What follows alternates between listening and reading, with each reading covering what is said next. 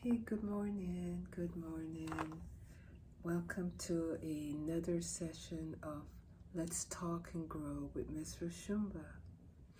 I don't have a guest this morning. It's going to be me talking to you all. But I want to first give thanks to the Almighty Creator for giving me and those that are watching another day. And just a reminder that the Creator is the reason why we're here. Just to show us that we're here to live up to our highest ability. And with that said, I'm doing my part. So I'm going to have a conversation today. And I'm always empowered by my friend, Mr. Early Laverne. I will grab his picture. Boom. I helped him to do his first book, A Rainbow of Poems. I knew him back, I met him in 2011. He passed away in 2013. But not without having had a special friendship, which me being a poet, he being a poet, we kind of connected with our hearts. So in his honor, I do this show because he represents the challenges that we face, and he especially as a Black man in our society. So today I want to discuss health. Yes, the health of our people. The health of our people and the importance of taking our health back in our own hands. You see, we are in a system that has not really wanted us to be here. Take my glasses off. Yeah, this system, considering that our journey here so many 200, 400 years ago, has been against our will, and there were times we were needed, but we're kind of not needed anymore. We're getting in the way because we're asking for our rights. So for those that are not paying attention and still believing that this system really cares about them, this is especially a conversation I want to have with you.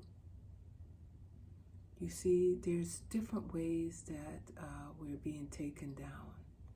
You know, a lot of it is through the foods that we eat, the stress that we feel when we go to work each and every day, the shadowy feeling we feel when we move around in society, in a system that really does not want us to be around. And so we're carrying this type of pain and this shadowy ache of this. Sometimes we can't even put our fingers on it. And what it does in turn, it leads us to eat. Yes, we all have to eat 3 meals a day at least. But it leads us to start now to crave foods that are like a carnivorous. You know, when I say, meat. Don't get me wrong. I don't want to make real humor out of it, but, you know, I've been a meat eater for many years, and the tables have recently turned, and I had to introspect my mind and ask myself what it is that I felt when I would eat, especially, you know, those meats. I'm an experiment in motion right now because I've given up eating meats since last year, the end of last year. And so as I'm going through my transformation and seeing how I feel, how my body feels, the things that are happening to me, I really want to share it with my brothers and sisters. Because, like I said, there is a clear divisive system that is set up to take us down, while showing us that we have choices of where to go to eat tonight, and the different foods and the amount that they give us. There's something not right about that. So I'm going to start by just kind of giving you a little story that recently occurred to me. You see, for many years, I didn't always care for myself. Not because I didn't love myself, but the stress of life has a way of taking us over. And I used to smoke. I smoked for most of my life. And the last 5 years of my smoking years, I smoke a lot. and not always eating right, but the part of it had to do with carrying the weight of being a black woman in this society and what it meant. So, as I say black woman, I'm not ruling out the black men, because I know you have your plight too, because together we have been fighting this war together. But I say that for me because there comes a time in life that you have to reckon with where you've been. And over the years, along with my bad habits, I did have some good ones, like exercising. And so I've always exercised since my 20s. So I've always kind of maintained that turbo habit, but good habit at the same time. But as time came on and wisdom opened up, I started seeing that I needed to connect the dots to what caused me to be doing those things that weren't right for me. So, not to go too much further into that, but at this time in my life, I'm really paying attention to different things that are coming up with my health. But I've taken my health back by my diet, the rest that I make sure I have. I started to take good care of myself as I would others. So recently, in one of my exercising morning, it was the evening, I was exercising and I was working the upper body and doing some curls, and I have some elbow issues from many years of working, and I kind of pulled a little muscle, but the muscle that I pulled caused this feeling that my left arm kind of went numb on me. I thought, whoa, is that a heart attack? That's what I was thinking. Am I having a heart attack? And so, we have to not always, what's the word? We have to take different signs seriously.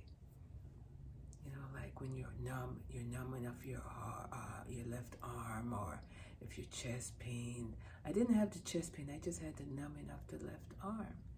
And so I said, you know what? I'm going to have to go down here to the hospital and check it out, which is what I did. And in so doing, my spouse took me there, and the first thing that I saw is they wouldn't let him in. They told him he had to wait out there since he did not have the COVID shots. Now here we are in 2022, and COVID is not a bigger issue as it was a year or 2 years ago. So that was already had me like skeptical, like why wouldn't they let him in the emergency room to sit with me? And so, well, when I got in, they tested me. I told them why I was there, and then they took me back to this room and did EKG. The first thing I noticed is in this room there was this little bed. The bed didn't have the paper covered, to let me know that they make sure it's clean for the next person. I thought, well, maybe it's clean. I assumed because it's a hospital. And I come to find out, I saw them take another person down there, and I didn't see that they put a sheet on there, so I thought, oh, here we go. This is a hospital. They care about COVID, people coming in that may have COVID, but look at the sanitary setup of the place to begin with. So, anyway, to make a long story short, I waited about an hour or so to be taken in the back, and there I'm sitting in another room, and they have a new thing going on in the hospital now where they have this mobile-like machine that they could just push it up to you. You could be sitting next to strangers, which oftentimes you are, and they start talking to you about why you're there, you know, what's going on. So they want you basically to advertise your business so everyone in the room could hear. I couldn't help but listening to others, and I know they can't help but listening to mine. So that was the thing. They came up to me and asked me why I'm there. I told them, and then they handed me a little cup with some pills and water and said, here, take this. They didn't tell me what it was. They didn't tell me why they were giving it to me. I think they took cue from my conversation initially when I came in as to that I had a little heartburn. And so that was what it ended up being for. But first I said, no, you're not just going to give me some pills without telling me why. So anyway, I finally got to get some blood work done. And the blood work, initially the nurse said to me, oh, everything looks good. We're just going to find out when we're going to let you go. And I said, oh, yay. And so I sat, I talked, feeling good, you know. I knew things were going to, you know, feel better in time. I think it was a mind thing, and just wanting to rule things out and use the medical system for what it's worth to help confirm or let you know if something is truly wrong. Well, she came back, said everything looks good. Like I said, you know, you get to go home. And then while waiting to go home, she came back and said, well, it's not quite good. The numbers that we were looking at that normally is 20 showed 30. I said, oh, there I go. I started feeling a certain way, and I thought, oh, you know, because when they tell you that, a shadow comes over you, you thought, oh. And then again, like I said, I was in there alone. And so, she says we have to do 2 more tests, an hour and a half apart, and then we'll see if we need to let you go or just keep you for more observation. This is the medical assistant speaking, or the nurse. And so I said, okay. And so they said, well, try to find a little space for you back here where you could lay down, and we could do that. And I said, all right. But now I'm feeling a little uneasy, and I'm alone. And so they took me back, put me in a little room, and, you know, and they said, well, the second one came back, not just 30, but now 38. Oh, I'm like, it's going in the wrong direction. They say, yeah, we want it to go the opposite direction. And I'm like, okay. And then the other one came back 42. Now, I don't know quite what the test was, but my thing was to make sure I wasn't having a heart attack. So I'm sitting in their emergency room, and like I'm able to look into the main station where the nurses are, and people are coming in. EMTs are bringing people in on gurneys, and so I'm sitting there, you know, looking pretty healthy, I thought, sitting straight up, you know, hooked up to these machines, wondering why I'm really here, and just looking at. I started to believe that the Creator wanted me to be there to see exactly what these folks be doing. Especially to me, I felt pretty healthy, but now they're trying to confuse my mind, thinking, am I really healthy? So as time progressed, they hooked me up to an IV machine. Didn't hook no IV liquids into it, just had the IV thing poised on my arm to go in case they needed to. Hooked me up to the machine to get my blood, my vitals. And then they started running all kinds of tests. Now, grant you, I have excellent insurance coverage. So it makes sense that they wanted to get some money. I was starting to think that these people are seeing that I got a very good insurance, and now they're going to try to milk it. Because most people that come in oftentimes don't have good insurance, if at all. So they requested to have ultrasound of the heart. They requested to have this stress test that's on this scan machine. This is like a huge machine, by the way. First, they test my heart for 7.5 minutes in its normal state. Then they pumped me in my IV with this liquid that made my heart race to like I've been jogging fast. And then they tested after, while I was laying flat on my back. So the overall time I was there was 12 hours, but I'm going to get to the sum of that in a moment. First, I'm just going to dialogue a little bit about while I waited for the test, what I saw in that emergency room. So while I'm sitting in front row seat in the emergency room alone, door open to a certain degree, a little curtain, but I could kind of see what's going on. I ain't watching TV, so I'm watching the EMT bringing people in on gurneys, people that to me look real sick, moaning, extremely big, and legs big, swollen, and and the EMT comes. There are about 2 or 3 of them at a time, and they're talking casually amongst each other. And the person they brought in is on the gurney, just kind of like looking real bad, real sick, and the EMT is talking about the weather, what they did, what they bought, where they went, and they're the average, white American male and female dressed in black, kind of like the fireman clothing. And so as soon as a medical doctor or someone walks up, then they go into their professional mode and start giving the summary of the patient, what's wrong with the patient, what they need, not what they need, but what they found, whether they had thrown up and so on, just to sum up why they were there. And then they leave. So I saw a couple of these patients coming in, and these folks talking after they casually joked amongst each other, and then they left.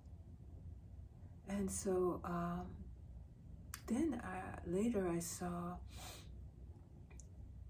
heard some commotion, and when I looked out, I saw they had this black young guy. He looks like he's in his 20s, and obviously he looks like he was under the influence of either alcohol or some kind of sedative, and then they were really being harsh with him. Sit down, and he refused to sit down.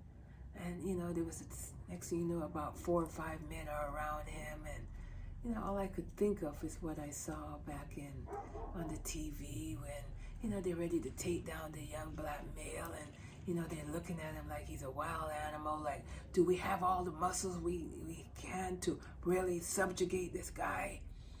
And they pulled a chair. He wouldn't sit down. Then they pulled a gurney. They forced him to lay down, and the whole time his neck is up like, yeah, you're not going to fully have me laying down. They tied his arms. They tied his legs. And then I saw this woman comes up with 2 needles. Nurse, and they moved him around to the side, and I suppose they sedated him then. But I got up and I stood at the door and watched. This is a hospital, mind you. And come to find out, I'd seen the young man before by Walgreens begging for money, and I could look at him because having in our community, we could see those that have been incarcerated, and sometimes the energy they carry when they've been in and out of that system, and now they're just left to live on the streets, basically, when there's no one to claim them. So when I had seen him, that's what he reminded me of. And that kind of energy remind me of a brother that that has since passed, that was a career. His whole life was in and out of their system. So that was one scenario. And then another scenario similar. Another black youth brought in. This one you could tell mentally had issues, and and they're trying to get him to sit down. This time he came with the police, and they had his handcuffed behind him, and so again I got to see them trying to force him to sit down. This time they had him with a female officer, and she's using her gentle female manner on him to calm him down, which he was not irate. He was just talking, and they didn't care what he had to say. Hey, so I can't come to the phone right now, but that's my please excuse that. So ultimately I sat there for a while, and that's what I saw on the stage of the back room in the ER in the hospital in Sacramento. I waited and waited and waited. Now it's a new day, and it's going into the afternoon, and finally I got to see the doctor. She comes down, and we have a small conversation, and what I get is they're surprised at my age, because they can't believe my age is what she's kind of implying, and my intellect. She thought, wow, and you're funny, is what she said to me as she left. And it was like, what? Funny? Because they have an expectation for us, and it's for us not to be thinking. It's for us to be yes people, and giving them our power, and believing that they have the answer to ourselves.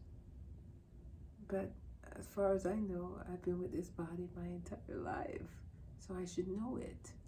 I should know what it needs. I should know what hurts it. I should know what to do about it. Because again, I reminded you in the beginning that the Creator comes with us. It's not out there somewhere. The Creator is inside talking to us. But the question is, are we listening? So anyway, she said that she's going to have the cardiologist come down and talk to me and let me know what they want to do. So later on, this is like at the very end of the day when I'm insisting that it's time for me to go. I've been there too long. And so the cardiologist comes down and says, we're concerned because your cholesterol level, the HDL part of it seems way higher than it should, but your history of smoking, those are the things that make us think that we really need to do an angioplasty, where we go through your main vein into your heart and go searching to see if maybe you have some blood clots or cholesterol clots, or something that we should be concerned about. Now, none of the tests showed that, and the extensive tests that they took, didn't show it. Now, they tried to imply that the heart's racing test showed the heart went crazy. Well, I kind of think it would go crazy if you're going to shoot it up with this chemical to get it speed up, and I'm laying there flat, nervous, and then you're making it like now putting on their machine. And granted, I am an older woman. What do you expect? It's going to get a little rattled. But is it to be concerned? Is it worth an angioplasty? And so I realized these people had my full attention because I was alone. And if they could put the amount of fear in me, she said within a day or two they could transfer me to where they could have it done. And I thought, look at that. So I ended up talking to my son on the phone, and he said, Mom, I wouldn't let them do any of that. I would not allow that. Why don't you just leave the place and go home, because they're trying to figure out why you look so healthy, why you're so healthy, and why you look, good for your age. And they really couldn't find anything to say something is wrong. So trust your internal spirit and don't let them do anything to you, and instead leave. Well, that's what I did. And what was ironic about the whole situation is I had an appointment that same day with my heart doctor. And he said that I couldn't go to him. Obviously, I missed the appointment. But now that I've seen him since I've been out, he says, what are they talking about? He says, you're healthy. Your blood work shows health. Your high cholesterol is not that high. You're good. The other cholesterol, LDL, I think is perfect, so they balance each other out. And we talked about when I had a scan done a few years before, maybe 3 years before, my cholesterol level was 7%. So this cholesterol thing going on with me showing high, it's a genetic thing. It's something in my lineage that always kind of makes it run high since my youth. And I kind of knew that, but these folks, if I wasn't had an internal self-confidence, if I didn't know that I'm a vegetarian and I'm eating good and I've exercised for darn near 30 years regularly, then I would have allowed them to take me to do an angioplasty. And when I asked him about that, what did the doctor said? Well, when we'll go in and put a stent in and, test your heart, and, if we see that there's any problem, we'll kind of fix it while we're in there. And, for the next year, you have to do a blood thinner, and after that, you'll be on cholesterol medicine. I'm like, what? So people, I plead to you, your health is in your hands. Your food is your medicine. Do not allow them to give you medicines, because sometimes those medicines create other issues. So if you're on medicines, I'm not saying to quit them, but I'm saying start your diet. Start to change what you eat. Put only live foods in your body. And if you're not sure how to prepare it, YouTube has everything. You see, I'm talking to you right now. So as I'm speaking to you, I'm letting you know there are other people that not only speak to you, but they show you how to prepare it. Use your healthy feeling after doing it as a measure of whether or not you're on the right track. And as you get stronger and healthier, you make sure when you go to your doctor, if they're not answering your questions properly, change doctors. Because you'll know when they really care about you, or they care about the money or the benefits they get on your back. Your health is your wealth.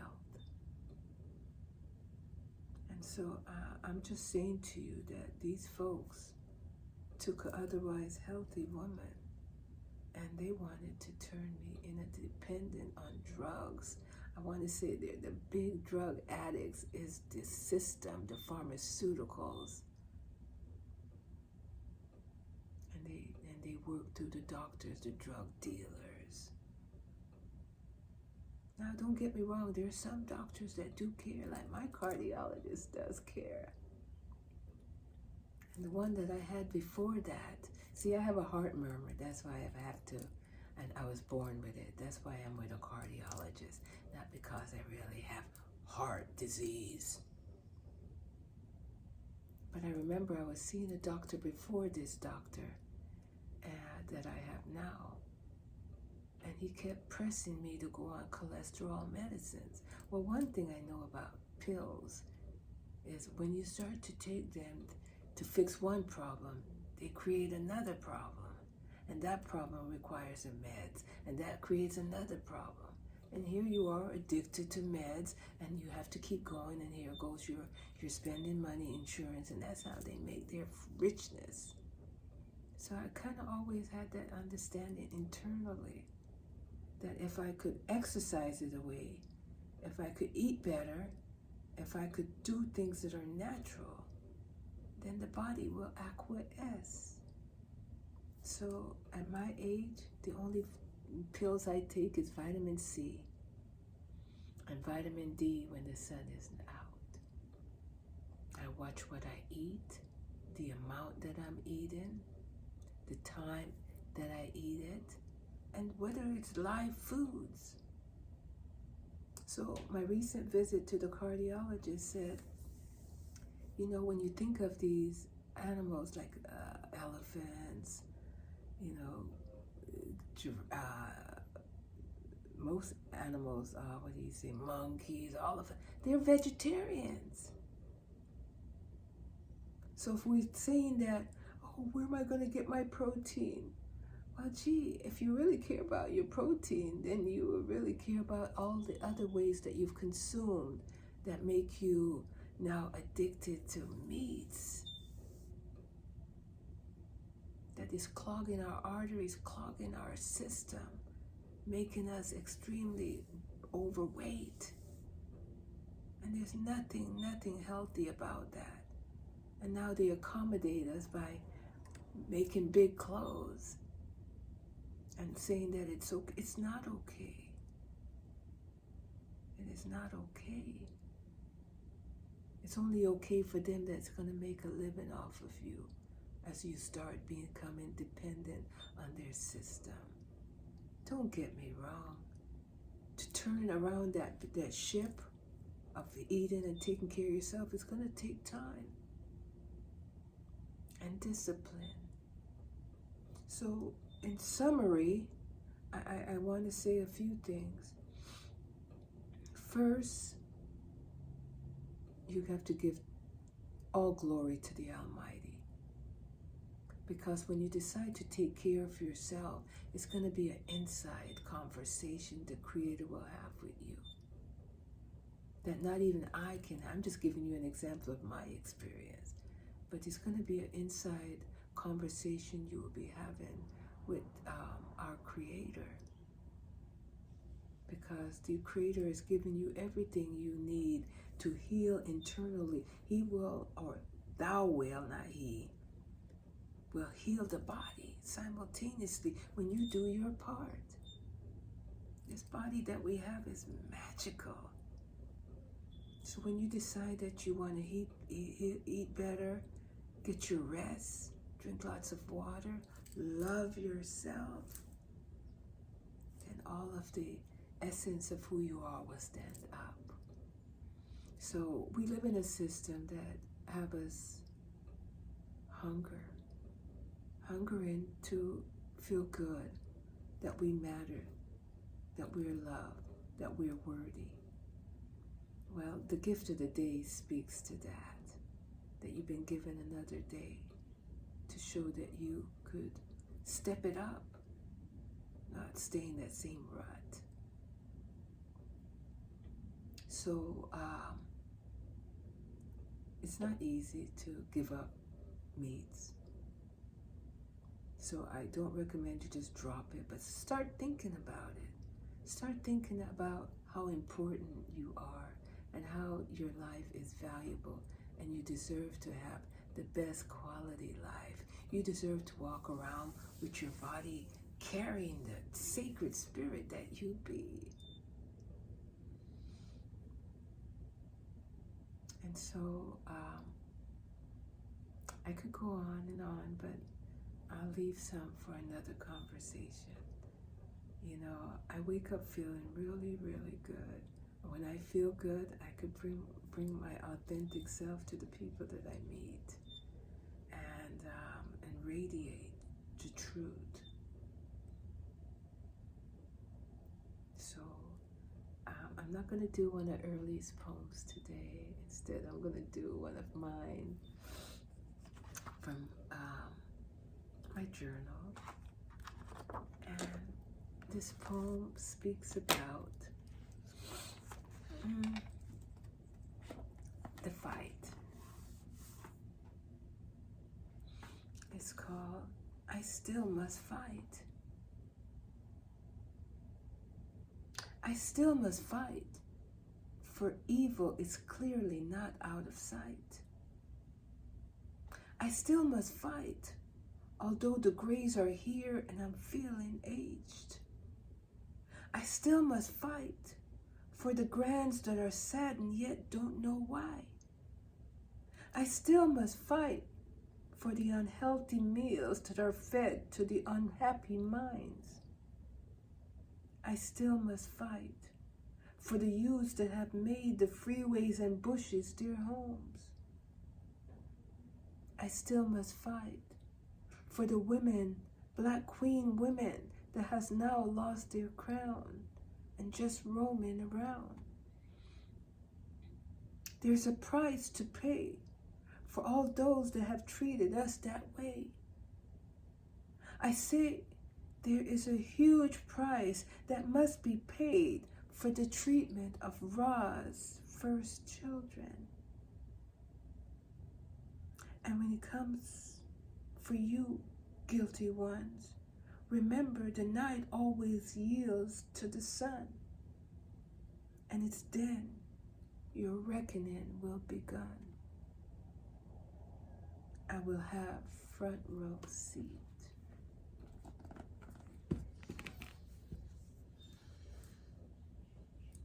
So, this is my conversation with you all this week. You see, it's time to make our kitchens a place of healing, where we start to cook and treat ourselves as the valuable person that we are. I'm gonna go have myself a nice bowl of oatmeal this morning with no sugar in it, just a little almond milk, and stir it up, because sometimes it's not about what the mouth tastes, it's what the body wants. Now, we've spent a lifetime eating what the mouth wants. Let's not follow just the taste of everything, but the medicine to make the body stronger, healthier, to be able to fight the onslaught of a system that wants to see us eradicated from around here. Let's put the pharmaceutical out of business by taking care of ourselves with the foods we eat. And thank you for listening for another session of Miss Roshumba. Let's talk and grow. If you like what you've seen or heard today, thumbs up, subscribe, share. I don't, but I'm learning as I go along. I'm not a professional anything. I just know what has worked for me. And I'm getting ready to go exercise too. So, thank you for listening. Much love, much health, and live up. Bless. Bless. I say bless.